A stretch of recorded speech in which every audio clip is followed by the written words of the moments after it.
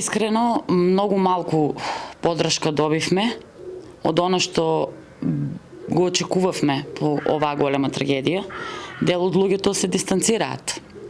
Често кога одам по улица, гледам дека луѓето го скренуваат погледот од мене, како да брзаат да поминат, како да не сакаат да се соочат со моето лице, затоа што знаат што носи тој поглед.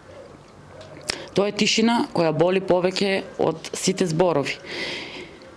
Институционално недостасува многу. Се слушаат само убаво спакувани ветувања, празни зборови и изјави без подкритие. Но вистинската реална поддршка ја нема и тоа боли на начин што тешко се опишува.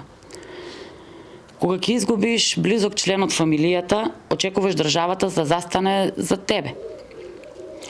Да го покаже најминималното чувство на одговорност, но наместо тоа не оставија сами да се бориме за најосновните работи, како да бараме услуга наместо правда. Тоа чувство дека си оставен сам, тоа е втор удар по трагедијата што ни се случи. До денес за дел од барањата кои се однесуваат што ги поднесовме за поддршка на погодените семејства и обезбедување на системска помош за преживеаните нема јасен и официјален одговор. Во јавноста беше кажано дека државата ги организирала погребите и обезбедила средства за надгробни споменици, но ревизијата на Црвениот крст покажува дека средствата биле обезбедени од донации, а не од буџетски средства. Дополнително, владата не префрлила средства иако јавно ветуваше.